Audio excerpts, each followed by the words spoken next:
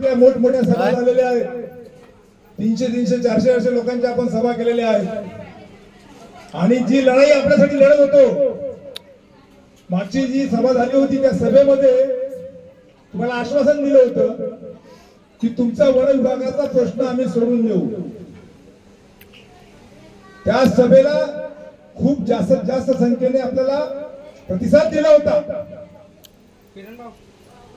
आणि त्या सभेला जो मी आश्वासन दिलं, जो प्रॉमिस केलं तुम्हाला, मला आनंद होतोय।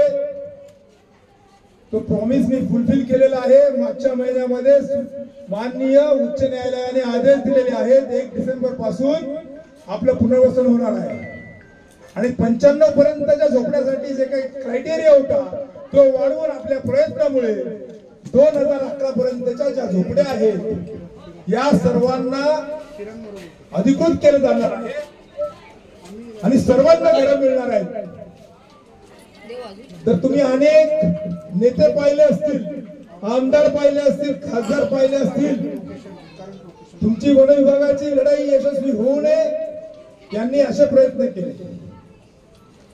माझा प्रयत्न हा होता की संविधानाने जे अधिकार दिले ते अधिकार आपल्याला प्राप्त झाले पाहिजे।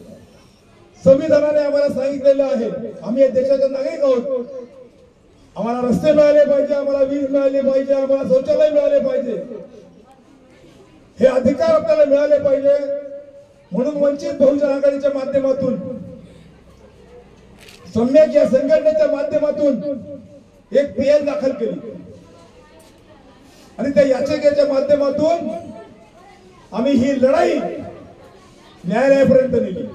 आजपर्यंत बरेच लोक न्यायालयात गेले परंतु त्यांची इच्छाच नव्हती। तुम्हाला माहिती आहे इकडे कोण बोलतात गोरगरिबांचे, काय गोरगरिबांचे? हा, आम्ही गोरगरिबांचे नाही, नकली नाही, आम्ही असले,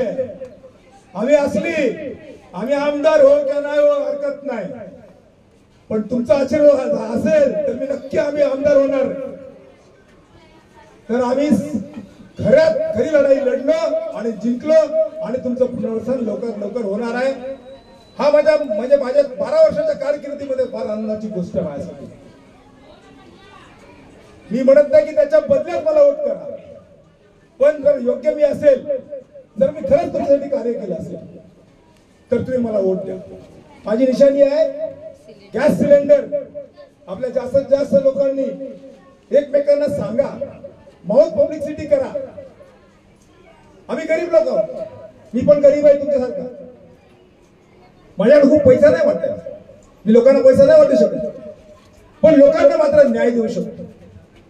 बाबासाहेब आंबेडकरांनी संविधान लिहिलं आहे, त्या संविधानाच्या माध्यमातून जो आम्हाला अधिकार मिळाला आणि जे काही लोक आपल्याला अधिकार प्राप्त करू देत नाहीत त्यांच्याशी टक्कर घेण्याची माझी ताकद आहे। त्यांची टक्कर घेऊन तुम्हाला न्याय मिळवून देऊ शकतो। एवढंच बोलतो। जय भीम, जय भारत, जय संविधान।